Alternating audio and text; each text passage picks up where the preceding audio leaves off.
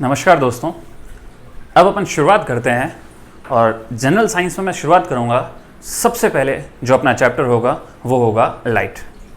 अब फिजिक्स कह लो भले, फिजिक्स में जो अपना सबसे पहला चैप्टर होगा वो होगा लाइट। मैं ऐसा इसलिए कह रहा हूँ, भले क्यों कह रहा हूँ, क्योंकि आप लोगों को एक चीज़ पता होगी। आप किसी भी कॉम्पिटिशन एग्ज़ाम की तैयारी कर रहे हो, आपको एक चीज़ बेहतर तरीके से पता होगी कि आप किसी भी एग्ज़ाम का सिलेबस उठा कर देखो, वहाँ पर्टिकुलर ना तो फिजिक्स, ना केमिस्ट्री, ना बायो, ऐसी किसी टर्म का कहीं कोई इस्तेमाल नहीं है। वहाँ जो शब्द होता है वो होता है जनरल साइंस। इट मीन्स ऐसा लिखते ही ये बात हमें आसानी से समझ आ जानी चाहिए कि एग्ज़ाम में पूछे जाने वाले क्वेश्चंस का कोई लिमिटेशंस, कोई क्राइटेरिया नहीं है। एग्ज़ाम में क्वेश्चन क्लास 6 का भी आ सकता है, क्लास 11, 12, इवन ग्रेजुएशन में बीएससी तक के भी साइंस में क्वेश्चन आते हैं। तो हम लोग ये कोशिश करेंगे जनरल साइंस पढ़ते वक्त कि जितना हो सके कंप्लीट एग्जाम ओरिएंटेड मैटर अपन पढ़ सकें। आइए अपन शुरुआत करते हैं। जो अपना सबसे पहला चैप्टर होगा वो एक्चुअल में अपना सबसे पहला चैप्टर है लाइट।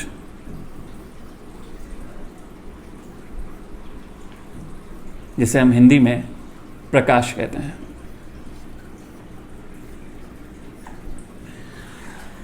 लेकिन मैं आपको पढ़ाऊं उससे पहले मैं आपसे कुछ एज ए इंट्रो के रूप में, साइंस के रूप में कुछ बातें बताना चाहूंगा। देखो, जब तक कि अपनी साइंस चलेगी हम कुछ ऐसे वर्ड्स का इस्तेमाल करेंगे जो हमें बहुत ही हेल्पफुल होंगे। कैसे कि मैं आपको एक बात बताना चाहता हूँ। आप कोई भी सब्जेक्ट उठा के देखो, political science, general science, economics, geography, कोई भी सब्जेक्ट उठा के देखो, ये शब्द जो सब्जेक्ट हैं वो ग्रीक या लैटिन भाषा के शब्दों का इस्तेमाल करते हैं। वो इसलिए करते हैं क्योंकि ये एक्चुअल में लैंग्वेज डेड लैंग्वेज मानी गई है। अब कई को बोलेगा या किसी को लगेगा कि ये डेड लैंग्वेज क्या ये लैंग्वेज मरी हुई है? नहीं, ऐसा कुछ भी नहीं है। देखो, डेड लैंग्वेज का मतलब वो लैंग्वेज जिसके शब्द आज से बहुत टाइम पहले भी वही इस्तेमाल हो रहे थे, अब भी वही हो रहे हैं, और ऐसी उम्मीद की जाती है कि आने वाले समय में भी उन्हीं शब्दों का इस्तेमाल किया जाएगा, चेंज नहीं होगा। मतलब मैं आपको और आसानी से इसको समझाऊं तो यूं कहना चाहूँगा, जैसे हम जो बोलते हैं हिंदी हो गई या जो अपन इंग्लिश बोलते हैं, ये लैंग्वेज एक ऐसी लैंग्वेज है जिनमें समय के साथ साथ शब्दों में चेंज होता रहता है। आपने खुद ने भी ये फील किया होगा कि आपके घर में जो आपके ग्रैंड पेरेंट्स हैं वो जो बोलते हैं जो शब्द, उनमें से कई शब्द ऐसे हैं जो धीरे धीरे विलुप्ति के कगार पर हैं, और हम बोलते हैं हमारी जो लैंग्वेज में वो बहुत सारे हमने नए नए वर्ड इस्तेमाल करने शुरू कर दिए हैं। तो कहने का मतलब ये है, आप अगर किसी सब्जेक्ट को स्टडी कर रहे हो और उसमें आप ऐसी लैंग्वेज में उसको स्टडी कर रहे हो जिसमें समय के साथ साथ शब्दों को चेंज हो रहे हैं शब्द, तो फिर कन्फर्म है आगे आने वाली पीढ़ी उसको सहजता से और उतने बेहतर ढंग से नहीं पढ़ पाएंगे।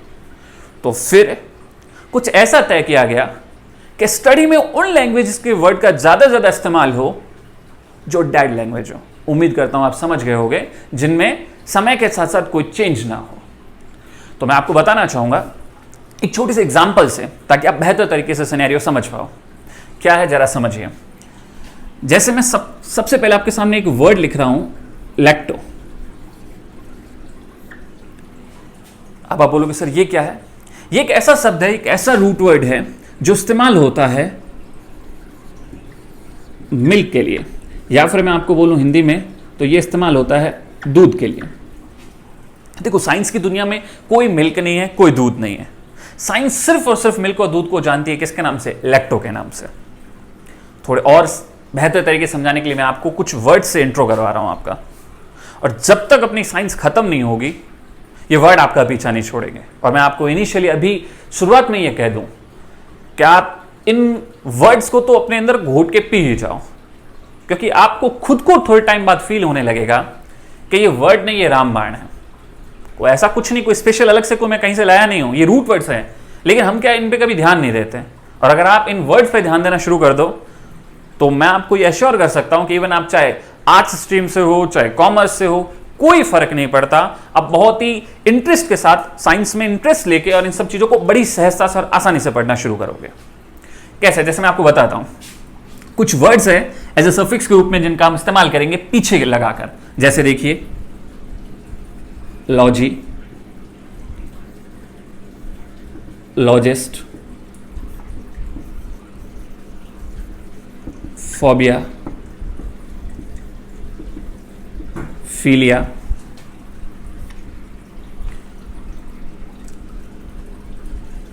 मेनिया, लाइसिस, जेनेसिस,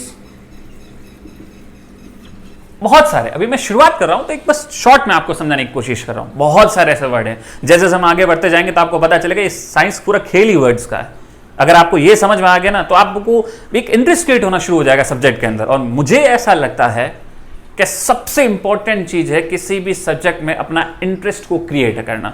बस अगर आपका सब्जेक्ट में इंटरेस्ट क्रिएट हो जाएगा ना तो आपको कभी ये फील ही नहीं होगा कि अरे मैं तो आर्ट्स से हूं, कि मैं कॉमर्स से हूं, कि मेरे तो साइंस समझ में नहीं आती। ऐसा कुछ भी नहीं है। तो बहुत शॉर्ट में भी मैंने बस एक स्टार्ट किया है और कुछ वर्ड से आपका इंट्रोडक्शन करवा रहा हूं। अब कोई बोलेगा सर आप तो इंग्लिश में लिख रहे हो, हिंदी में भी लिखो। देखो मैंने कहा ना ये तो ग्रीक या लैटिन भाषा के शब्द है, ये तो रूट वर्ड है, इनकी हिंदी इंग्लिश नहीं है, ये अपने आप में ही बस कंप्लीट है।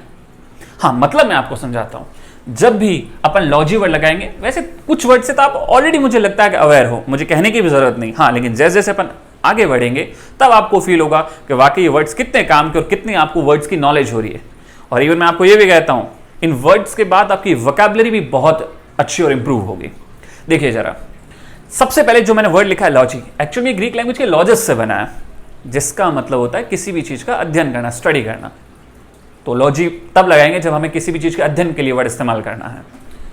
लॉजिस्ट एक्चुअल में स्पेशलिस्ट के लिए, विशेषज्ञों के लिए इस टर्म का इस्तेमाल किया जाता है। फोबिया मतलब आप सब लोग जानते ही होंगे, डर, किसी भी चीज से फियर। अब आप फियर बोलते हो तो एक नॉर्मल इंग्लिश का शब्द है, लेकिन अगर आप जिसको एज ए साइंटिफिक लैंग्वेज के रूप में बोलोगे तो फिर आप फियर नहीं लगाओगे, आपको वर्ड इस्तेमाल करना पड़ेगा फोबिया। अच्छा, अगर हम किसी से डरते हैं तो हम लगाते हैं फोबिया। और अगर एकदम जस्ट मैं विपरीत परिस्थिति बोलूं, एकदम ऑपोजिट कंडीशन बोलूं, अब ऑपोजिट कंडीशन क्या होगी? अगर मुझे किसी चीज का अट्रैक्शन है, आकर्षण है उसके प्रति, तो मैं वर्ड इस्तेमाल करूंगा फिलिया। तो देखो, डर के लिए फोबिया और डर के लिए फोबिया और अट्रैक्शन के लिए, आकर्षण के लिए philia. Philia word literally file से बना। फाइल कौन सा? FILE नहीं, PHILE। फाइल का मतलब ये होता है किसी भी चीज के प्रति आपका अट्रैक्शन। अगला देखो, मेनिया। जब हमें किसी भी चीज की एडिक्शन हो जाती है, लत पड़ जाती है, तो उसके लिए आप वर्ड इस्तेमाल करोगे मेनिया। अब आप बोलोगे सर यूं तो एडिक्शन भी इस्तेमाल कर सकते, बट मैंने कहा ना आपसे, ये तो जनरल कम्युनिकेशन के वर्ड हैं। आपका अगर मैं बोलूं जैसे फियर वगैरह, तो एडिक्शन वगैरह। बट अब जब साइंस में इस्तेमाल करोगे तो no fear, no attraction, no addiction, आप हमेशा इस्तेमाल करोगे क्या? मेनिया। अगला वर्ड है, अब आप जानते हो अति हर चीज की बुरी होती है। अति अगर किसी चीज का अट्रैक्शन है या जो भी चीज हो, तो ना लास्ट फाइनली आप देखोगे कि चीज क्या हो जाती है? डिस्ट्रॉय, खत्म। तो हम डिस्ट्रॉय के लिए वर्ड इस्तेमाल करेंगे लाइसिस, और इसकी जस्ट ऑपोजिट कंडीशन, किसी भी चीज के बनने के लिए अपन वर्ड इस्तेमाल करेंगे कौन सा? जेनेसिस। उम्मीद करता हूं आप लोग समझ पा रहे होंगे। तो मैंने अभी शॉर्ट में बस आपको समझाया है। अब देखिए थोड़ा इस्तेमाल करते हैं, इसका यूज करते हैं कैसे। आप देखोगे, अगर हमसे कोई पूछता है बता ना विज्ञान की वह शाखा जिसमें दूध का अध्ययन किया जाता है ना, तो हम क्या बोलेंगे? हम बोलेंगे अच्छा दूध, तो दूध कुछ नहीं, हम हमेशा वर्ड बोलेंगे कौन सा? लैक्टो। और अध्ययन के लिए आपको अभी मैंने बताया वर्ड इस्तेमाल करोगे कौन सा? लॉजी। तो क्या बन जाएगा? लैक्टोलॉजी। अगर आपसे कोई पूछे बताना साइंस की वो कौन सी ब्रांच है जिसमें स्टडी ऑफ मिल्क, या अपन शॉर्ट में को बोले बता what is known as study of milk, name the branch in which we studied about milk, then we can say easily lactology. हम आसानी से कह सकते हैं लैक्टोलॉजी। अब देखो, अगर कोई बोले बताओ वो लोग क्या कहलाते हैं जो दूध पर रिसर्च करते हैं, तो आपको मैंने बताया ना विशेषज्ञों के लिए क्या? लॉजिस्ट। तो बताओ क्या बोलेंगे? लैक्टोलॉजिस्ट। अगर दूध से डर लगे तो दूधोफोबिया या मिल्कोफोबिया नहीं बोलेंगे, अपन बोलेंगे लैक्टोफोबिया। दूध के प्रति अट्रैक्शन हो तो लैक्टोफिलिया। दूध की एडिक्शन हो, किसी को लत हो गए, मुझे तो भाई सुबह शाम दूध ही चाहिए, दूध के प्रति बहुत एडिक्शन हो बंदे का, तो बोलेंगे क्या? लैक्टोमेनिया। दूध का डिस्ट्रॉय होना, नष्ट होना, लैक्टोलाइसिस। या दूध बनने की प्रक्रिया, बनने के लिए आप जानते हो ना निर्माण या संश्लेषण या फॉर्मेशन, तो क्या कहलाता है? तो लैक्टोजेनेसिस। अब कहीं भी देख लो, जब भी साइंस में दूध वर्ड इस्तेमाल होगा या मिल्क की बात होगी या थोड़ा सा भी हल्का सा भी सेंस आएगा कि बात या जिक्र हो रही है दूध की, कभी दूध नहीं बोलोगे आप, हमेशा बोलोगे लैक्टो। मैं आपको एग्जांपल बताता हूं। अपन पढ़ते हैं ना कि दूध दही में एक एसिड होता है, कौन सा? Lactic acid. अपन बोलते हैं ना दूध में एक बैक्टीरिया होता है, कौन सा? Lactobacillus bacteria. आपने देखा होगा, अच्छा आपने सुना होगा एक ऐसा यंत्र होता है जो दूध की शुद्धता को मापता है। कौन सा यंत्र? लैक्टोमीटर। कहीं भी, मैं कह रहा हूं कहीं भी, इवन आप देखोगे फीमेल्स के अंदर जो दुग्ध संश्लेषण की ग्रंथियां होती हैं, जो हार्मोन्स है, बताओ आपने देखा होगा पिट्यूटरी ग्लैंड से एक हार्मोन निकलता होगा अगर पढ़ा हो तो, कौन सा? Prolactin hormone. It means confirm है, जब भी अपन स्टडी करेंगे, आप कभी इस्तेमाल मत करना मिल के दूध, हम हमेशा अपन वर्ड इस्तेमाल करेंगे कौन सा? लैक्टो। या उल्टा करके बोलूं वाइस वर्सा, लैक्टो वर्ड आ जाए तुरंत समझ जाना कि कहीं ना कहीं किसी न किसी प्रकार से जरूर संबंध होगा किसका? मिल्क का।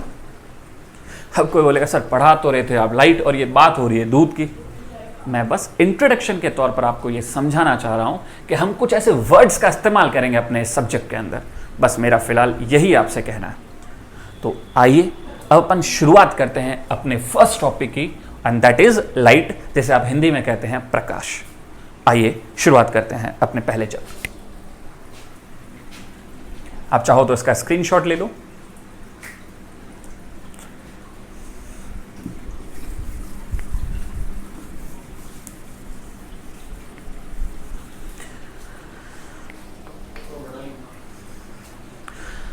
देखो, मैं आपको एक सबसे इंपॉर्टेंट पहली चीज कहना चाहता हूं।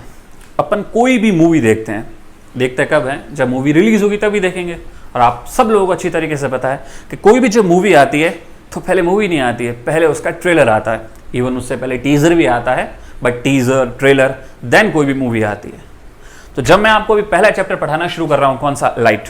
अब मैं स्टार्ट करते हुए लाइट और लाइट के जितने भी प्रिंसिपल्स है वो पढ़ाना शुरू कर दूं, तो मुझे पता है कई सारे ऐसे आर्ट्स कॉमर्स के स्टूडेंट होंगे जिनको लगेगा अरे यार क्या ये किताबी बातें हैं, ये सब बातें तो हम किताब में पढ़ के आए, नहीं समझ में आ रही है। मैं समझ सकता हूँ इन सब चीज़ों को। तो मैं शुरुआत करूँगा सबसे पहले इस लाइट चैप्टर के ट्रेलर पे।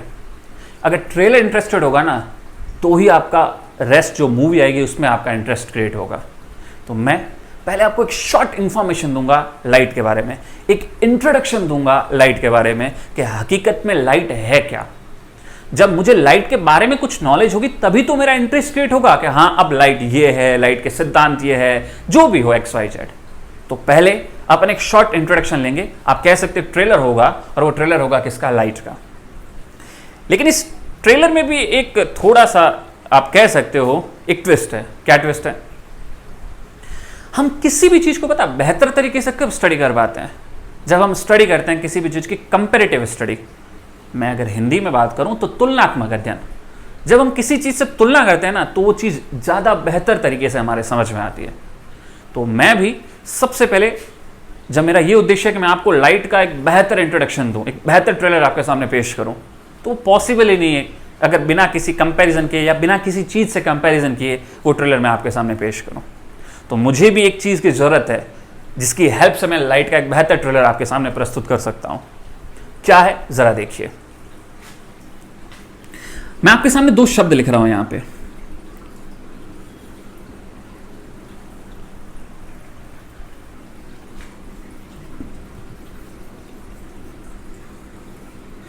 एक शब्द मैंने लिखा है लाइट और एक शब्द मैंने लिखा है साउंड।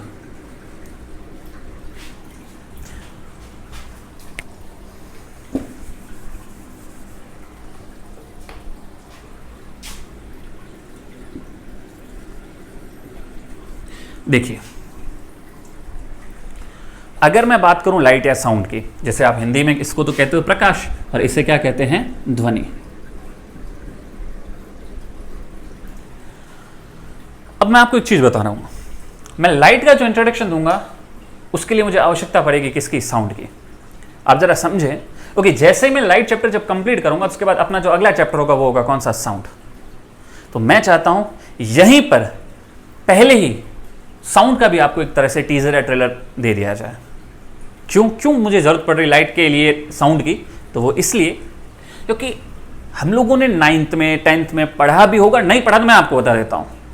अब बहुत जगह ऐसा पाओगे कि बहुत सारी ऐसे प्रिंसिपल्स है, बहुत सारे ऐसे सिद्धांत हैं जो एकदम उल्टे हैं साउंड से लाइट के और लाइट के साउंड से, मतलब दोनों एक दूसरे के जस्ट ऑपोजिट हैं। तो क्यों ना अपन इन दोनों को पहले एज ए टर्म के रूप में इस्तेमाल करते हुए लाइट और साउंड का एक टीजर देखें या ट्रेलर देखें। तो आइए शुरुआत करते हैं। सबसे पहले मैंने आपको अभी कहा कि ये जो हमारा जो सब्जेक्ट है वो पूरा टिका हुआ है वर्ड्स पे।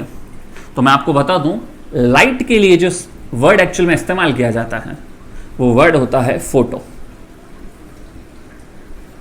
कौन सा वर्ड होता है? फोटो। आप यूं समझो, यहां थोड़ा मैं कंपैरिजन पॉइंट लिख रहा हूं आपके सामने। यहां मैं लिख रहा हूं टर्म जो हम इस्तेमाल करेंगे लाइट और किसके लिए? साउंड के लिए। और साउंड के लिए मैं एक नहीं, दो नहीं, मैं तीन टर्म आपको बताऊंगा, तीन शब्द बताऊंगा जो हमेशा इस्तेमाल होते हैं साइंस में साउंड के लिए। कौन से? जरा देखिए। एक वर्ड होता है फोनो, एक वर्ड होता है ऑडियो, और एक वर्ड होता है सोनो। लाइट के लिए तो आपको हमेशा वर्ड इस्तेमाल करना है फोटो, जबकि साउंड के लिए आपको हमेशा वर्ड इस्तेमाल करना है फोनो, ऑडियो, सोनो। अब यहां कोई बोलेगा अक्सर हम तो कंफ्यूज हो रहे हैं, आप यहां तो तीन वर्ड बता रहे हो, हमें कैसे पता चलेगा कि हमें साउंड के लिए कौन सा वर्ड इस्तेमाल करना है? फोनो करना है, ऑडियो करना है या फिर सोनो?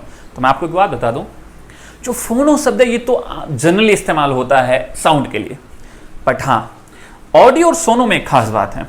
ऑडियो वर्ड जनरली वहां इस्तेमाल होता है जब आप साउंड की फ्रीक्वेंसी की बात, साउंड की इंटेंसिटी की बात करते हो। साउंड की इंटेंसिटी आपको बोलेगा, थोड़ा हिंदी में भी बोलूं तो मैं आपसे बोलूं, इसका मतलब तीव्रता की बात हो रही है। अब ये क्या है तीव्रता वगैरह, मैं एक एक शब्द आपके सामने एक्सप्लेन करूंगा। अगर आर्ट्स कॉमर्स से या किसी भी स्ट्रीम से कोई बंदा बिलोंग करता है तो आप बिल्कुल टेंशन ना ले, अपन एक एक शब्द यहां पर समझ के आगे बढ़ेंगे, बस थोड़ा सा इंतजार करें। मैं ऐसा नहीं कि बस कुछ है जो नॉलेज है बस वो बोर्ड पे उतार दी, बस उसी को मैं पढ़ रहा हूं और उसके बाद आगे बढ़ जाए, ऐसा कुछ नहीं होगा। मैं जो शब्द बताऊंगा हर एक चीज के पीछे अपने पास क्यों का रीजन है, क्योंकि पढ़ने में मजा तभी आता है जब क्यों का उत्तर होता है हमारे पास। कुछ भी अपन लिखें और उसके बाद मन में लगे रहे ये ऐसा क्यों है, और फिर उसके बाद अपन आगे बढ़ जाए तो फिर मजा नहीं आता। तो आप बिल्कुल निश्चिंत रहें, मैं जो भी पढ़ाऊंगा उसमें मेरी ये कोशिश रहेगी कि आपके मन में कोई क्यों ना रहे, क्योंकि ये रिकॉर्डेड क्लास है, लाइव तो है नहीं, तो ये मुझे नहीं पता चलेगा कि आपको प्रॉब्लम आई है कहां पे नहीं आई है। बट ये मेरा एजुकेशन इंस्टीट्यूट में पढ़ाने का एक एक्सपीरियंस है कि मुझे पता है आमतौर पर कि किसी भी स्टूडेंट को सामान्यतः कहां पर प्रॉब्लम आती है। तो मैं बिल्कुल कोशिश करूंगा कि हर उस एक प्रॉब्लम को सॉल्व करते हुए आगे बढ़ूं। तो देखिए जरा सुनिए आगे। तो बस फिलहाल मैं जो कह रहा हूं बस उस चीज को थोड़ा ध्यान रखें, मैं हर एक क्यों को सॉल्व करते हुए ही आगे बढ़ूंगा। ऑडियो हम तब इस्तेमाल करेंगे जब हम बात करेंगे ध्वनि की तीव्रता की या फिर इंटेंसिटी की, और सोनो तब इस्तेमाल करेंगे जब हम बात करेंगे ध्वनि की फ्रीक्वेंसी की, या फिर हिंदी में अगर मैं आपके सामने बोलूं तो मैं बात करूंगा जब आवृत्ति की। बस फिलहाल एक छोटा सा फैक्ट दिमाग में रखना है, ओके? आप जरा समझिए कैसे। अगर मुझसे कोई पूछे लो बताओ ना जरा, मैंने अभी आपने थोड़ी देर पहले मैंने आपको बताया कि जनरली हम यंत्रों के लिए वर्ड इस्तेमाल करेंगे मीटर, जैसे दूध की शुद्धता को मापने वाला यंत्र होता है, बताओ कौन सा? तो आपको पता दूध के लिए वर्ड इस्तेमाल होता है कौन सा? लैक्टो। और यंत्र के लिए वर्ड इस्तेमाल होता है कौन सा? मीटर। तो वर्ड बना बताओ कौन सा? मीटर। मैं आपको बताता हूं, थोड़ा इधर देखो। एक्चुअल में जो मीटर वर्ड है और एक वर्ड होता है ग्राफ,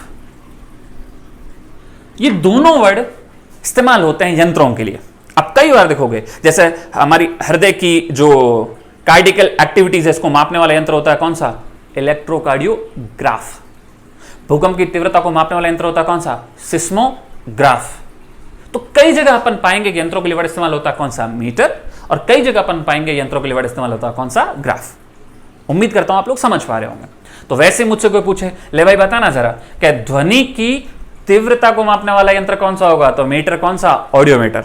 लेकिन अगर मुझसे कोई पूछे ले बता जरा ध्वनि की आवृत्ति को मापने वाला यंत्र कौन सा होगा? तो मैं बोलूंगा मीटर। कौन सा? सोनोमीटर। आप खुद देखोगे जैसे जैसे अपन आगे बढ़ेंगे आपको पता चलेगा ये कितने काम के वर्ड हैं। बस फिलहाल एक फैक्ट के रूप में बस शुरुआत कर रहा हूं, इसलिए फैक्ट के रूप में बता रहा हूं कि ध्वनि की तीव्रता के लिए अपन वर्ड इस्तेमाल करेंगे ऑडियो, और ध्वनि की आवृत्ति के लिए अपन वर्ड इस्तेमाल करेंगे कौन सा? सोनो। ठीक है, अब अपन देखते हैं ब्रांच, शाखा, जिसमें इनका अध्ययन किया जाता है। मुझसे कोई पूछे कि बताओ लाइट का अध्ययन क्या कहलाता है? तो ये तो अपन काफी टाइम से पढ़ते हुए आ रहे हैं, 9th क्लास में, 10th क्लास में। यहां लॉजिक नहीं लगेगा, ये को रटना नहीं है अपने को, कुछ टर्म्स की भी नॉलेज होनी चाहिए। तो देखो, लाइट के लिए अगर स्टडी के लिए मुझे कोई पूछे क्या कहलाती है, तो प्रकाश का जो अध्ययन है वो कहलाता है ऑप्टिक्स, और ध्वनि का अध्ययन अगर मुझसे कोई पूछे तो वो कहलाता है अकाउस्टिक्स।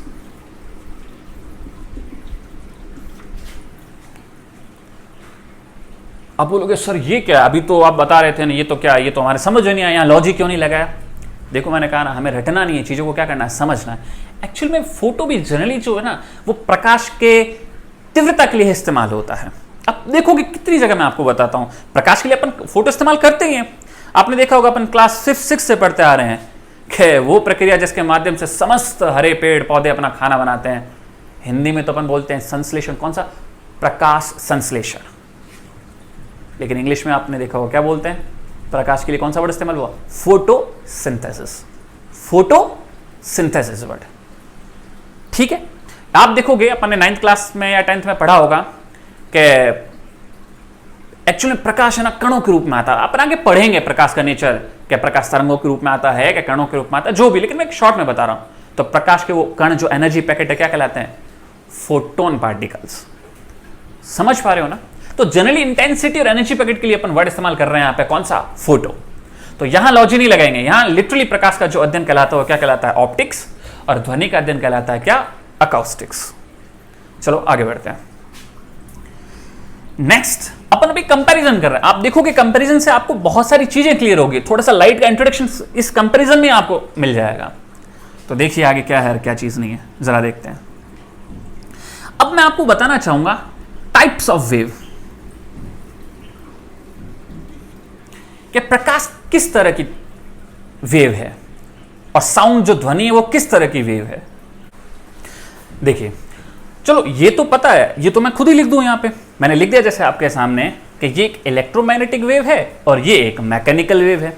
अगर हिंदी में बोलूं तो ये एक विद्युत चुंबकीय तरंग है और ये एक यांत्रिक तरंग है। बट ऐसे मजा नहीं है, मजा तब है जब मुझे पता हो कि हकीकत में ये होती क्या है। जब मुझे यही नहीं पता कि इलेक्ट्रोमैग्नेटिक वेव क्या है और मैकेनिकल वेव क्या है, तो मैं कैसे ये तय कर सकता हूं कि लाइट का ये इस टाइप की है और साउंड एक इस टाइप की है। तो आइए पहले अपन इन टर्म्स को समझते हैं। मैं अगेन आपसे कहूंगा, मैं जब तक आपको कंप्लीट साइंस पढ़ाऊंगा ना, इवन चाहे वो रूट वर्ड्स हो, चाहे वो लैटिन वर्ड्स हो, चाहे कोई भी हो, हम फोकस करेंगे जितना उसके मैक्सिमम टर्म्स, शब्द और ऐसी जो भी टर्म है हमारे सामने, जो भी डेफिनेशन है, उन सबको समझते हुए चलें, ताकि हमारा धीरे धीरे सब्जेक्ट में इंटरेस्ट क्रिएट हो। आइए चेक करते हैं। जैसे मैंने आपके सामने लिखा,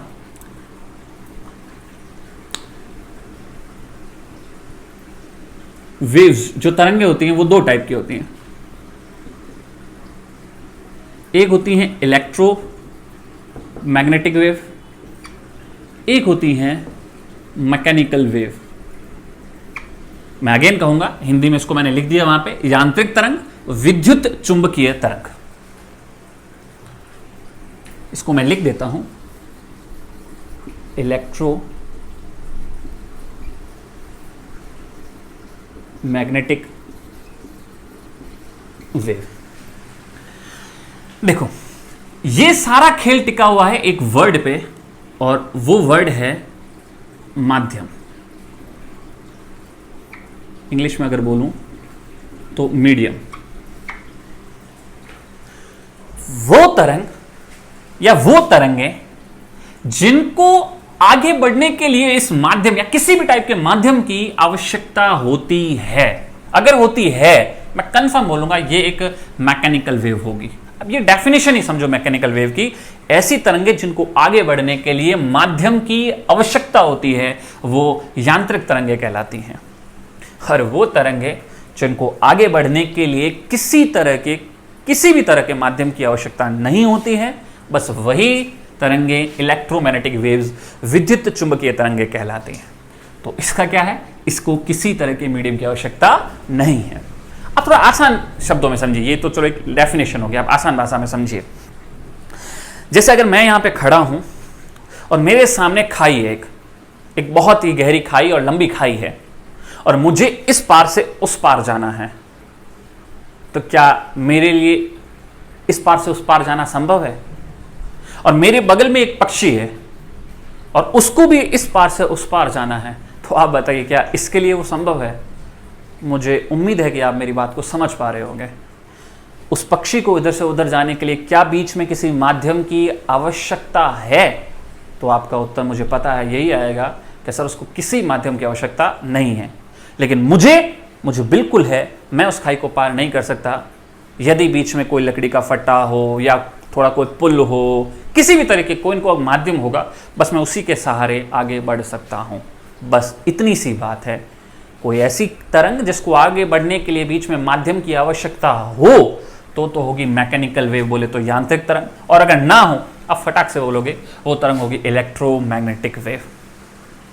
अब आप खुद बताइए, क्या प्रकाश जब ट्रैवल करता है, प्रकाश जब गति करता है, तो क्या उसको माध्यम की आवश्यकता होती है? बिल्कुल नहीं। माध्यम आएगा तो उसको तो अवरोध पड़ेगा, उसकी गति क्या हो जाएगी? कम हो जाएगी। माध्यम में उसकी गति क्या होगी? कम होगी। अतः प्रकाश तो यही चाहता है कि ट्रैवल करते हुए कोई अवरोध, कोई बीच में कुछ हो ही ना, एकदम कुछ ना हो। और आप अच्छी तरीके से जानते हो एकदम कुछ ना हो, ऐसी स्थिति को वैक्यूम या निर्वात कहते हैं। तो हम बचपन से पढ़ते आ रहे हैं, प्रकाश की जो गति है वो सर्वाधिक होती है निर्वात में, वैक्यूम में। क्यों? कारण समझ गए होगे क्यों? क्योंकि वैक्यूम का मतलब ये कोई अवरोध का ना होना, और प्रकाश चाहता ही है कि गति करते वक्त उसको किसी भी तरह का कोई अवरोध ना मिले। तो अब आप समझ गए होंगे कि प्रकाश को आगे बढ़ने के लिए किसी माध्यम की आवश्यकता नहीं होती है, और नहीं होती है तभी प्रकाश एक इलेक्ट्रोमैग्नेटिक वेव है, इलेक्ट्रोमैग्नेटिक वेव है। जबकि बात करूं ध्वनि की, तो ध्वनि के लिए आपको पता है, अगर मैं ये बोल रहा हूँ, मेरे आसपास लोग अगर मुझे कोई सुन पा रहे हैं, आपको पता है क्यों? क्योंकि वातावरण में हवा है, गैस है, और मेरे द्वारा बोले हुए शब्द, जो ये साउंड है, ये जो तरंग है, ये हवा में, इस वातावरण में, एटमॉस्फेयर में मौजूद उन कणों के माध्यम से ही एक स्थान से दूसरे स्थान पर क्या करती है? ट्रैवल करती है। तो इसका मतलब अगर ये कण ना हो, बिल्कुल कुछ ना हो, तो मेरे द्वारा बोली आवाज़ को कोई भी सुन नहीं पाएगा। इसका मतलब ध्वनि को आगे बढ़ने के लिए किसी न किसी माध्यम की आवश्यकता होती है। अतः इसको मैं बोलूँगा यह एक यांत्रिक तरंगे हैं। और आगे अपन पढ़ेंगे साउंड वगैरह में बहुत अच्छे तरीके से कि मैकेनिकल वेव्स एक तरह की प्रत्यास्थ तरंगे होती हैं, वो एक टाइप की दाब तरंगे भी होती हैं। ये इनको मैं बहुत एक्सप्लेन करके ढंग से आपको आगे जरूर पढ़ाऊँगा। बट फिलहाल मैं एक शॉर्ट इंट्रो देना चाह रहा हूँ लाइट और साउंड में कंपेयर करते हुए, ताकि आप बेसिक सी टर्म अपने अंदर क्रिएट कर पाओ कि वाकई लाइट है क्या और एक साउंड क्या है। आइए आगे बढ़ते हैं। अब जो मैं कंपेयर करूंगा लाइट और साउंड में, वो करूंगा, हमारा जो अगला टर्म होगा वो टर्म होगा मीडियम।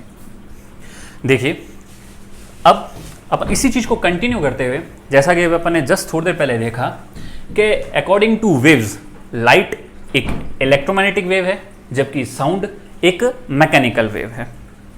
लेकिन अब अगर मुझसे कोई पूछे, या अगर मैं आपसे पूछूं कि किस आधार पर हमने ये तय किया, किस बेस पर हमने ये तय किया कि लाइट एक इलेक्ट्रोमैग्नेटिक वेव है जबकि साउंड एक मैकेनिकल वेव है, तो अब आप आसानी से कह सकते हो सर वो बेस था मीडियम।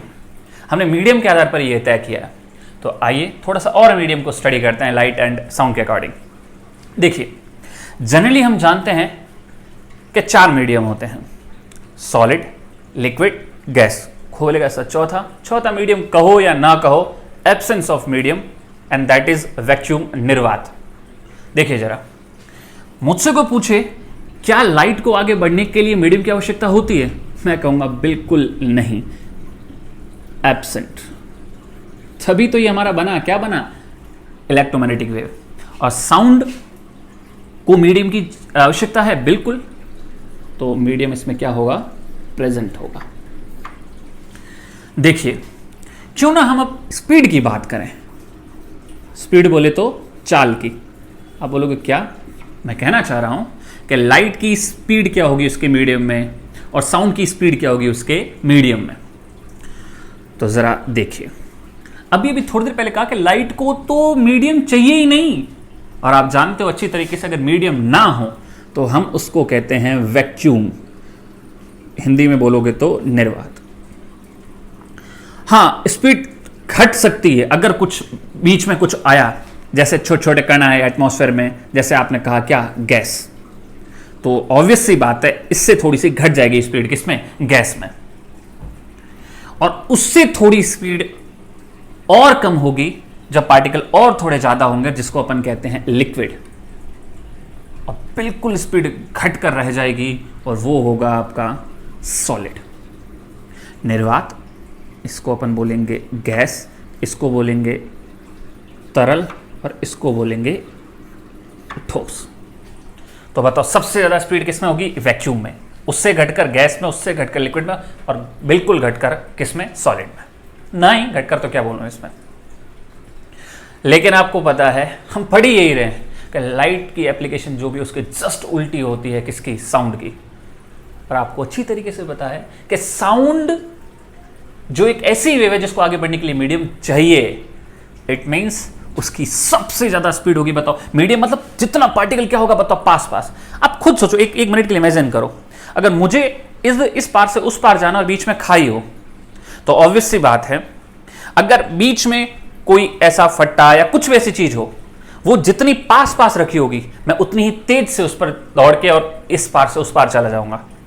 जितने ये फट्टे दूर दूर होंगे, मैं थोड़ी स्पीड अपनी कम करूंगा और ध्यान से जाऊंगा, और काफी दूर दूर होंगे तो मैं बिल्कुल एकदम ध्यान से और फिर जाऊंगा। तो आप सोच रहे हो कि जितने मीडियम पास पास, स्पीड मेरी उतनी ही तेज, जितने मीडियम दूर दूर, स्पीड मेरी उतनी ही कम। तो आप खुद बताओ सबसे ज्यादा कण पास किसमें होते हैं, कहने की जरूरत नहीं है, किसमें, ठोस में। तो इसका मतलब साउंड की स्पीड सबसे ज्यादा किसमें होगी, सॉलिड में। थोड़ी घट जाएगी क्योंकि कण दूर दूर होंगे, तो कौन सा, लिक्विड, थोड़ी घटकर गैस में, और बिल्कुल नहीं किसमें, वैक्यूम में। समझ पा रहे हो, साउंड की स्पीड सबसे ज्यादा किसमें होती है, सॉलिड में। मैं आपको एक डेटा भी बता देता हूं, आप चाहो तो याद रख सकते हो, कई बार एग्जाम में पूछा जाता है कि ध्वनि की चाल माना कि सॉलिड में तो है सबसे ज्यादा, लेकिन सॉलिड में भी किसमें सबसे ज्यादा, क्योंकि सॉलिड तो बहुत सारी चीजें सॉलिड है। तो सॉलिड में सबसे ज्यादा स्पीड होती है एल्यूमिनियम में, सबसे ज्यादा स्पीड होती है, लगभग आप कह सकते हो 6400 मीटर पर सेकेंड। सेकेंड आप कह सकते हो स्टील के अंदर, ये भी लगभग 6000 मीटर पर सेकेंड होती है। कई बुकों में आपने पढ़ा होगा कई जगह कि साउंड की सबसे ज्यादा चाल आपने देखी होगी, और वो देखी होगी कांच में, ग्लास में, जबकि ये सही नहीं है। ग्लास से स्टील में और एल्यूमिनियम में काफी ज्यादा स्पीड होती है। काफी क्या, मैं लगभग आपको अप्रॉक्स बता देता हूं, ग्लास में लगभग स्पीड होती है 4000 मीटर पर सेकेंड। तो आप देख सकते हो इसमें कुछ किंतु परंतु भी नहीं है कि सबसे ज्यादा स्पीड एल्यूमिनियम में। अगर ऑप्शन में ना हो एल्यूमिनियम, तो अपन करेंगे ध्वनि की चाल सबसे ज्यादा ठोस में, स्टील में होती है। उम्मीद करता हूं आप लोग समझ पा रहे होंगे। और अगर मैं लिक्विड में बोलूं तो लिक्विड में लगभग स्पीड होती है, लगभग मैं आपको अप्रॉक्स बता रहा हूं, 1500 मीटर पर सेकेंड। वहीं गैस में अगर बोलूं तो ये लगभग होती है 342 मीटर पर सेकेंड। कई बुकों में हालांकि 332 भी दे रखा है, बट आप इसको पहली प्रायोरिटी दें। को बोलेगा वैक्यूम में, अरे भाई वैक्यूम में कोई स्पीड नहीं होती है, जीरो स्पीड। मतलब आप समझ गए होंगे कि अगर आप कुछ बोलते हो या किसी भी ऑब्जेक्ट से कुछ आवाज आती है और अगर आपके कानों तक पहुंच रही है, इसका मतलब बीच में कुछ ना कुछ है। क्या है ये? वातावरण है, ये गैस के कण है जिनके द्वारा वो साउंड ट्रेवल कर हमारे तक पहुंचती है। इसलिए आपने कई बार बुकों में पढ़ा होगा या कहीं से सुना होगा कि अगर चांद पर किसी तरह की कोई विस्फोट हो या किसी तरह की किसी ऑब्जेक्ट से आवाज निकले तो क्या हमें सुनाई दे पाएगी? बिल्कुल नहीं। कारण सीधी सी बात है, ऑब्जेक्ट से जो साउंड आ रही है क्यों नहीं पहुंच पा रही हमारे कानों तक? बीच में कोई मीडियम नहीं है। क्या वातावरण नहीं है? बिल्कुल नहीं है। ऐसा अपन बचपन से पढ़ते आ रहे हैं। तो उम्मीद करता हूं आप लोग ये सारी चीजें समझ पाए होंगे। और अगर मैं बात करूं लाइट की स्पीड सबसे ज्यादा किसमें, तो नो डाउट वैक्यूम में, निर्वात में। क्यों? क्योंकि लाइट को आगे बढ़ने के लिए किसी मीडियम की आवश्यकता नहीं है। और उसमें भी एक फैक्ट जो हम बचपन से पढ़ते आ रहे हैं कि निर्वात में भी वैक्यूम में कितनी चाल होती है, तो लगभग होती है 3 × 10⁸ मीटर पर सेकेंड, या फिर आप इसको कह सकते हो 3 × 10⁵ किलोमीटर पर सेकेंड। समझ गए हो ना? ये 8 से 5 कैसे हो गया? क्योंकि हम मीटर से किस में आए हैं? किलोमीटर में आए हैं। अच्छा एक चीज और, थोड़ा एक फैक्ट और बता दूं, अगर आप चाहो तो, क्या पता कभी एग्जाम में आ जाए और आपको लगे तो आप देख सकते हो कि लिक्विड में अगर मैं खास करके बोलूं पानी में, तो पानी में लगभग लाइट की जो स्पीड होती है वो लगभग, मैं आपको अप्रॉक्स बता रहा हूं, 2.25 इंटू 10⁸ मीटर पर सेकेंड होती है। या अगर मैं बोलूं ग्लास में, थोड़ा बहुत मैं इसको और एक्सप्लेन करके ढंग से पढ़ाऊंगा जब मैं आपको रिफ्रैक्टिव इंडेक्स वगैरह पढ़ाऊंगा, बट फिलहाल एक फैक्ट के रूप में आपको बता रहा हूं, ये स्पीड लगभग रह जाती है 2 इंटू 10⁻2.0 इंटू 10⁸ मीटर पर सेकेंड। तो ये कॉन्सेप्ट हुआ किसका? स्पीड का। मतलब लिटरली मैं आपको बताऊं ना, तो इस मीडियम के कॉन्सेप्ट से आप समझ पाए हो क्या लाइट की स्पीड और लाइट की साउंड की स्पीड के कॉन्सेप्ट को, और साथ ही में आप ये तय कर पाए हो कि क्यों लाइट एक इलेक्ट्रोमैग्नेटिक वेव है, क्यों साउंड एक यांत्रिक तरंग है, एक मैकेनिकल वेव है। सारी जो जड़ है वो है माध्यम। लाइट को माध्यम की आवश्यकता नहीं, साउंड को माध्यम की आवश्यकता है। एक आखिरी कॉन्सेप्ट बस बताऊंगा जिससे हम इस टीजर को समझ पाएंगे या ट्रेलर को समझ पाएंगे और मैं एक इंट्रोडक्शन खत्म कर पाऊंगा लाइट एंड साउंड का। तो आइए एक आखिरी कॉन्सेप्ट देखते हैं लाइट एंड साउंड के बीच का। जो हमारा आखिरी पॉइंट है वो पॉइंट है ध्रुवीकरण।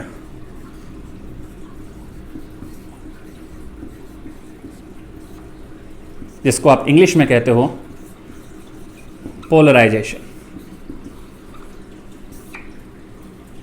कितनी बार क्वेश्चन आता है, कितनी बार अपन सुनते हैं, क्या लाइट में पोलराइजेशन होता है या नहीं होता है, क्या साउंड में पोलराइजेशन होता है या फिर नहीं होता है। तो आइए चेक करते हैं। बिल्कुल, लाइट में पोलराइजेशन होता है। तो मैं बोलूंगा लाइट में पोलराइजेशन होता है, इसका मतलब प्रेजेंट। पोलराइजेशन लाइट में प्रेजेंट, और साउंड में यह घटना एब्सेंट होती है। अब कोई बोलेगा सर समझाइए तो सर, ये ध्रुवीकरण आखिर होता क्या है। जब तक ये समझ नहीं आएगा तब तक हम कैसे तय कर सकते हैं कि लाइट में ये प्रेजेंट है और साउंड में ये एब्सेंट है। तो आइए थोड़ा सा डिस्कस करते हैं पोलराइजेशन को। पोलराइजेशन एक बहुत ही कॉमन टर्म है। आप इस टर्म को कई सब्जेक्ट में इस्तेमाल करते हो। जैसे आपने कई बार पॉलिटी के अंदर सुना होगा, पॉलिटिकल साइंस के अंदर सुना होगा कि कई बार आप नेताओं की डिबेट वगैरह या स्पीचेस वगैरह जब उनकी सुनते हो तो कहते हैं ये तो वोटों का ध्रुवीकरण कर रहा है, ये पोलराइजेशन कर रहा है। या फिर आपने ज्योग्राफी में ज़रूर सुना होगा, आपने ज़रूर सुना होगा ज्योग्राफी पढ़ते वक्त, नॉर्थ पोल और साउथ पोल। हम कहते हैं ना ये तो चीज़ नॉर्थ पोल पे और ये चीज़ साउथ पोल पे। कभी आपने ये कभी सुना है कि ये वेस्ट पोल और ईस्ट पोल? हम कभी नहीं सुनते हैं पश्चिमी ध्रुव या पूर्वी ध्रुव। हम हमेशा बात करते हैं उत्तरी ध्रुव और दक्षिणी ध्रुव। ये क्या भला है? कईयों को तो लगता होगा कि कोई ऐसी एक जगह होगी जहां पर लिखा हुआ होगा उत्तरी ध्रुव, और कोई जगह होगी जहां जाके लिखा होगा दक्षिणी ध्रुव, और पश्चिमी और पूर्वी ध्रुव तो लिखना भूल गए, या क्या चक्कर है। लेकिन मुझे लगता है मोस्ट ऑफ हमारे साथ ये होता है कि हम इतना सोचते ही नहीं है कि पश्चिमी और पूर्वी ध्रुव है कि नहीं है, कि जो भी है। इसके पीछे भी साइंस है, और लिटरली मैं आपको बताऊं तो सारा खेल शब्दों का है। आइए ज़रा समझते हैं। देखिए मैं आपके सामने कुछ शब्द लिख रहा हूं।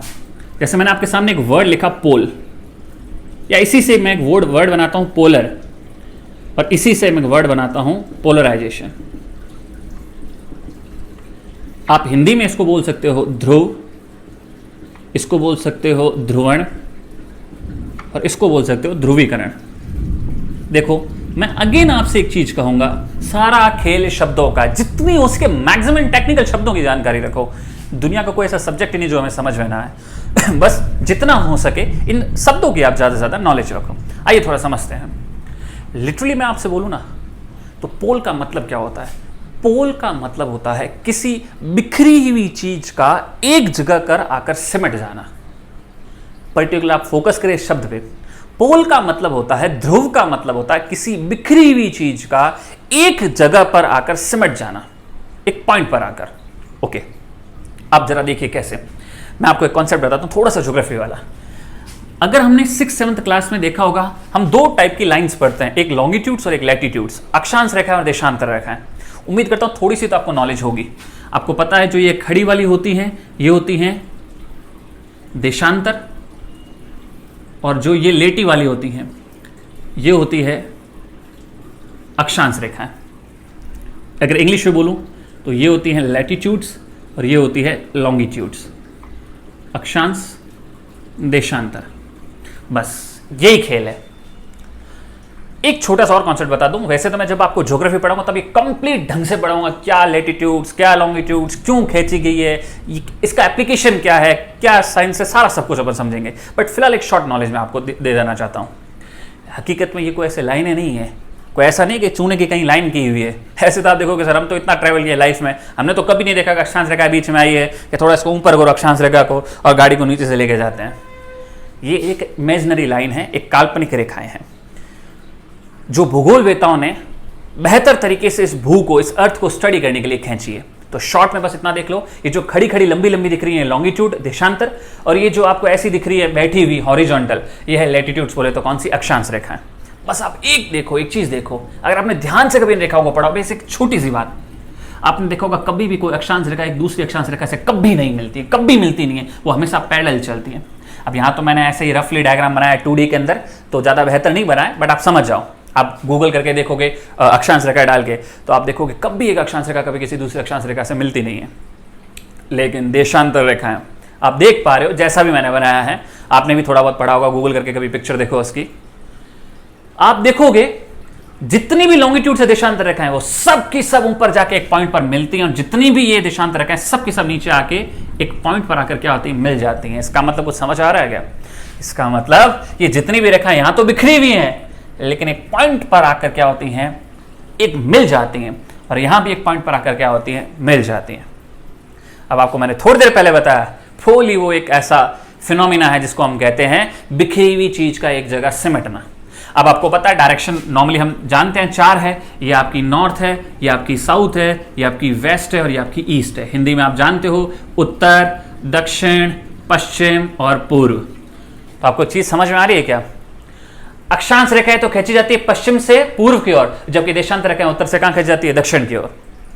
कोई अक्षांश रेखा एक दूसरे से मिलती नहीं है, लेकिन प्रत्येक देशांतर रेखा ऊपर मतलब नॉर्थ डायरेक्शन में, नीचे मतलब साउथ डायरेक्शन में आके मिल जाती हैं, और जिस पॉइंट पर मिलती हैं हम जानते हैं बिखरी हुई चीज का एक जगह सिमटना क्या कहलाता है, पोल। और नॉर्थ डायरेक्शन में ये पोल बना इसलिए इसका नाम पड़ा नॉर्थ पोल, और साउथ डायरेक्शन में ये पोल पड़ा इसलिए इसका नाम पड़ा साउथ पोल। और ईस्ट और वेस्ट में कभी मिली नहीं, इसलिए कोई हमने ऐसा टर्म नहीं दी, हमने मतलब भूगोलवेताओं ने कोई ऐसी टर्म नहीं दी जिसमें आप देखो वेस्ट पोल और ईस्ट पोल। समझ रहे हो? मैं वर्ड समझाना चाह रहा हूं यहाँ पे, मैं भी ज्योग्राफी नहीं पढ़ा रहा हूं आपको, बस वर्ड मेरा ये है, पोल का मतलब होता है किसी बिखरी हुई चीज का एक जगह पर आकर सिमटना। तो देखिए जरा आगे, अब मैं आपको एक छोटी सी चीज समझाना चाहूंगा, यहां से बहुत अच्छा कॉन्सेप्ट आप समझ पाओगे। क्या चीज है जरा आप समझने की कोशिश करो। आप एक चीज देखो, अब हमें यह तय करना है कि लाइट में पोलराइजेशन होता है या फिर साउंड में।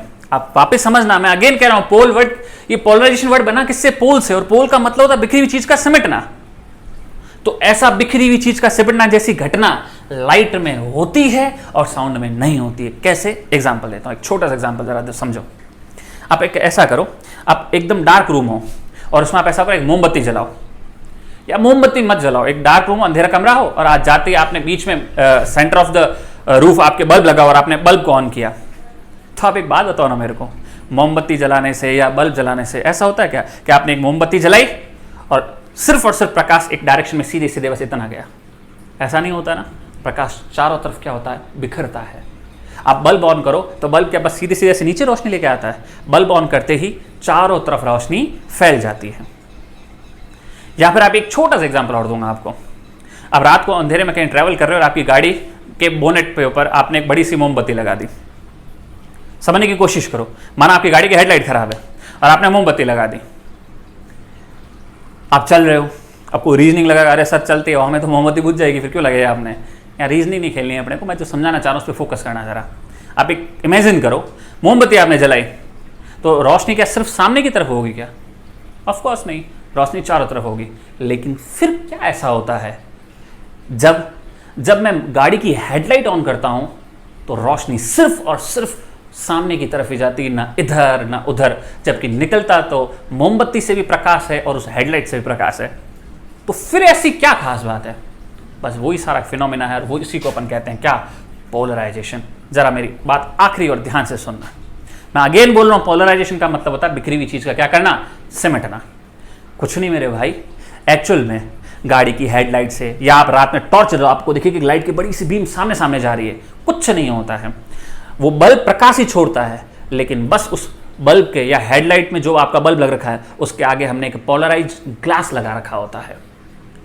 बस कौन सा ग्लास, ध्यान से सुनना, पोलराइज्ड ग्लास। मतलब समझ रहे हो क्या? मतलब ऐसा ग्लास जो रोशनी को बिखरने नहीं देता, उसको क्या कर देता है, बांध देता है। मैंने कहा ना, बिखरी हुई चीज को एक जगह पर बांधना, सिमटना ही कहलाता है क्या, पोलराइजेशन। अब आप जरा समझो, पोलराइजेशन पॉसिबल कब है? जब चीज आपको क्या मिले बताओ, बिखरी हुई। तो आपको पता है प्रकाश का नेचर कैसा होता है, बिखरा हुआ होता है या सिमटा हुआ होता है? भाई आप एक बात बताओ, हम किसको समेटेंगे? जो चीज बिखरी हुई होगी उसी को तो समेटेंगे। ऑलरेडी अगर कोई चीज सिमटी उसको हम क्या बिखेरेंगे, सॉरी अगर बिखरी हुई हो तो हम उसको क्या समेटेंगे? तो समझने की कोशिश करो।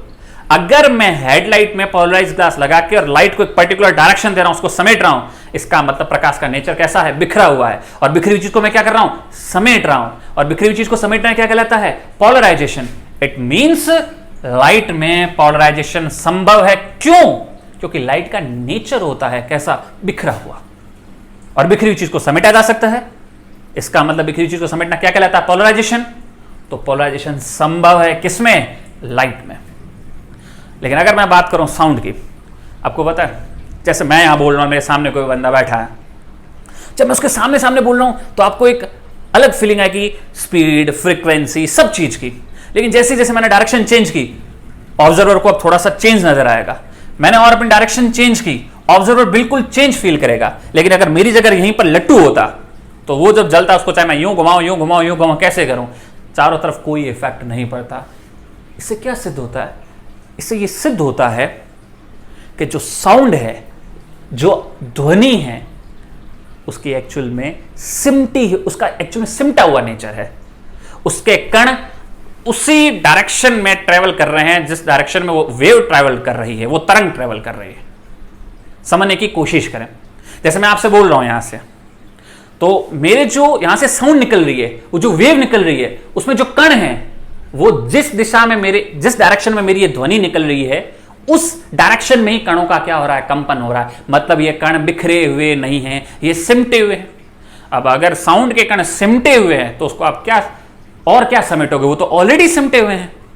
इसका मतलब साउंड में पॉसिबल नहीं है क्या, पोलराइजेशन। क्योंकि पोलराइजेशन का मतलब होता है बिखरी चीज को समेटना, और साउंड तो बेचारी पहले से ही ऑलरेडी क्या है बताओ, सिमटी हुई है। तो मैं ये जरूर कह सकता हूं कि साउंड में पोलराइजेशन एब्सेंट होता है। और आपको पता है इसका सबसे बड़ा कंक्लूजन क्या निकलता है? इसका सबसे बड़ा कंक्लूजन निकलता है, यहीं से हम तय करते हैं इनका नेचर ऑफ वेव। आपको पता है मैं पोलराइजेशन की प्रेजेंट होने के वजह से यह कहता हूं कि लाइट एक ट्रांसवर्सल वेव है, जबकि साउंड एक लॉन्गिट्यूडिनल वेव है। आपने जरूर सुना होगा इन दो शब्दों का नाम, ट्रांसवर्सल मतलब अनुप्रस्थ।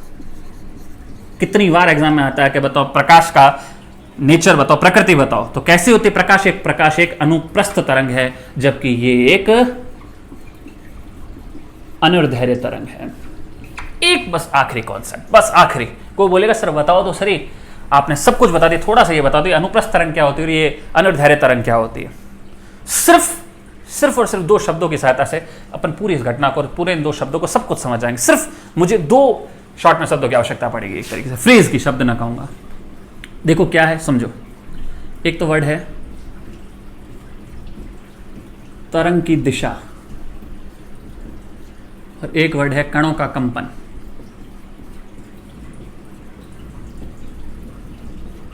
इंग्लिश में बोलूं, direction of wave and vibration and oscillations of particle. बस इन दो शब्दों से सब कुछ खेल खत्म है। क्या है जरा देखिए, ये एक मैंने तरंग बनाई जिसकी मैंने ये डायरेक्शन आपको बता दी, और इसमें ये मैंने बनाया क्या, कण। अब ये कण कंपन कर रहे हैं। कण कंपन या तो करेंगे कैसे, ऊपर नीचे या फिर दाएं बाएं, वर्टिकल या फिर हॉरिजॉन्टल। अगर कण कंपन करे तरंग की दिशा के लंबवत, परपेंडिकुलर, वर्टिकल, ऊपर या फिर नीचे, ऊपर या फिर नीचे, ऊपर या फिर नीचे, ऊपर या फिर नीचे, ऊपर या फिर नीचे, बस मैं कह दूंगा वो तरंग होगी कैसी, अनुप्रस्थ। और अगर कण कंपन करे तरंग की दिशा के ही अनुदिश, आगे या फिर पीछे, आगे या फिर पीछे, आगे या फिर पीछे। मैं कहूंगा वो तरंग होगी कैसे, अनुर्धैर्य।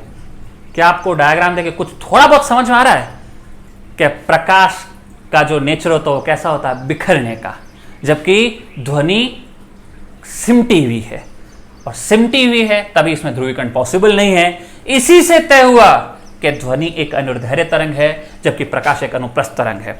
आखिरी बार डेफिनेशन आपको बता रहा हूं, अनुप्रस्थ तरंगें वो तरंगें होती हैं जिनमें कणों का कंपन तरंग की दिशा के लंबवत होता है। A type of wave in which vibration of particle is just perpendicular to direction of wave, that type of wave is known as transversal wave। और अगर अनुदैर्घ्य तरंग बोलूं तो एक ऐसी तरंग जिसमें कणों का कंपन तरंग की दिशा का ही अनुदिश होता है, तो बस ऐसी टाइप की तरंग को अपन बोलते हैं अनुदैर्घ्य तरंग या लॉन्गिट्यूडिनल वेव। तो मैंने ये शॉर्ट में आपको एक बेसिक डिफरेंस बताया लाइट एंड साउंड के बीच में। अगर हकीकत तो बोलूं तो अपना अभी लाइट चैप्टर शुरू ही नहीं हुआ, एक छोटा सा टीजर था ये। तो आज के लिए इसमें मैं इतना ही पढ़ाऊंगा आपको। अगली क्लास में अपन स्टार्ट से तरीके से और बहुत ही एग्जाम ओरिएंटेड लाइट चैप्टर को और आगे बेहतर तरीके से पढ़ेंगे। लेकिन पढ़ने के लिए पहले ये बेसिक नॉलेज होनी लाइट के बारे में बहुत ही ज़्यादा आवश्यक है। मैं शॉर्ट में बस आपसे एक बार बताना चाहूँगा कि अपन ने क्या पढ़ा और इस चीज़ को अपन ख़त्म करते हैं। अपन ने ये देखा कि लाइट की एक फिनोमिना साउंड के फिनोमिना से जस्ट एकदम विपरीत होते हैं। हम लोगों ने ये देखा, सबसे पहले लाइट के लिए शब्द हमने कौन सा इस्तेमाल किया, फोटो। ये हमेशा याद रखना, बहुत काम का शब्द है। लाइट के कण एनर्जी पैकेट्स क्या कहलाते हैं, फोटोन पार्टिकल्स। बहुत इंपॉर्टेंट है, ये आपको हमेशा याद रखना पड़ेगा। मुझसे को पूछे ले बता, लाइट की तीव्रता को मापने वाला यंत्र कौन सा, फोटोमीटर। मुझसे को पूछे ले बता, साउंड के लिए कौन से वर्ड इस्तेमाल किए हैं, तो साउंड के लिए मैंने वर्ड इस्तेमाल किए हैं फोनो, ऑडियो और कौन सा, सोनो। लेकिन एक बात हमेशा याद रखनी है, फोनो वर्ड जनरली हम साउंड के लिए इस्तेमाल करते हैं। मैं आगे पढ़ाऊंगा आपको, बहुत जगह इस फोनो के एप्लीकेशंस वगैरह बताऊंगा, आप बहुत बेहतर तरीके से चीज़ को सीखेंगे। चलो शॉर्ट में एक छोटा सा बता देना चाहूंगा। एक वर्ड होता है टेली, याद रखना, ये TALL वाला टेली नहीं है, वही वाला, ये TLE वाला टेली है। और आपको पता है इस टेली का मतलब होता है दूरी, डिस्टेंस। टेली का मतलब क्या होता है, डिस्टेंस। अच्छा, आपको पता है ना, दृश्य के लिए अपन, अगर आप थोड़ी बहुत इंग्लिश जानते हो तो अपन वर्ड इस्तेमाल करते हैं ना, विजन। तो आप देखो ना, एक ऐसा यंत्र जो दूर का दृश्य हमें घर बैठे बैठे दिखा दे, अपन ने क्या बोला उसको, टेलीविजन। समझ पा रहे हो क्या मेरी बात को? सेम उसी टेली वर्ड का अपन इस्तेमाल कर रहे हैं। टेली का मतलब क्या होता है, दूरी, और फोनो से वर्ड बना फोन, और फोन का मतलब अपन जानते ही है क्या होता है, साउंड। तो एक ऐसा यंत्र जो दूर से किसी की आवाज़ मुझे घर बैठे सुनाए, तो मैं उस यंत्र को बोलूँगा टेलीफोन। तो आप समझ गए शॉर्ट में कि फोन वर्ड किसके लिए यूज़ होता है, साउंड के लिए। ये जनरल शब्द है, जबकि ऑडियो और सोनो में मैंने आपको बताया, ऑडियो इंटेंसिटी के लिए और सोनो फ्रीक्वेंसी के लिए। वैसे ही अपन ने तय किया कि लाइट की स्टडी कहलाती है ऑप्टिक्स, जबकि साउंड की कहलाती है अकॉस्टिक्स। आगे अपन ने देखा टाइप्स ऑफ वेव, तो हमने देखा प्रकाश एक विद्युत चुंबकीय तरंग है जबकि ध्वनि एक यांत्रिक तरंग है। किस आधार पर तय किया, माध्यम, क्योंकि लाइट को मीडियम की आवश्यकता नहीं है जबकि साउंड को है। और फिर इस मीडियम के आधार पर अपन ने देखी स्पीड। साउंड में आपने देखा और लाइट में हमने देखा एकदम जस्ट उल्टा फिनोमिना है। लाइट की स्पीड आपने सबसे ज़्यादा देखी वैक्यूम में, एंड दैट इज 3 × 10⁸ मीटर पर सेकेंड। फिर थोड़ी कम आपके लिक्विड में, फिर कम गैस में, और फिर न के बराबर वैक्यूम में। और सॉलिड में, साउंड में जस्ट उल्टा, सब ज़्यादा सॉलिड में, फिर थोड़ी कम लिक्विड में, फिर थोड़ी कम गैस में, और जीरो किसमें, वैक्यूम में। और उसके बाद फिर मैंने आपको एक फिनोमेना बताया, पोलराइजेशन, ध्रुवीकरण। और हमने देखा कि लाइट में पोलराइजेशन प्रेजेंट है जबकि साउंड में ये एब्सेंट है। और इसी आधार पर, बस इसी आधार पर, ये मोस्ट इंपॉर्टेंट क्वेश्चन है कि किस आधार पर अपन ये कह सकते हैं कि लाइट एक ट्रांसवर्सल वेव है, तो आप बोलोगे on the basis of polarisation. ध्रुवीकरण के आधार पर ही यह तय किया जाता है कि प्रकाश एक अनुप्रस्थ तरंग है। क्या होती है अनुप्रस्थ तरंग? वो तरंग है जिसमें कणों का कंपन तरंग की दिशा के लंबवत, इसका मतलब बिखरा हुआ, तभी आप समेटोगे, और बिखरे को समेटना कहलाता है ध्रुवीकरण। और ये चीज़ इसमें एब्सेंट होती है। तो धन्यवाद दोस्तों, और अगली क्लास में इसको अपन बहुत ही एक्सप्लेन करके सारे टॉपिक्स को पढ़ेंगे। धन्यवाद।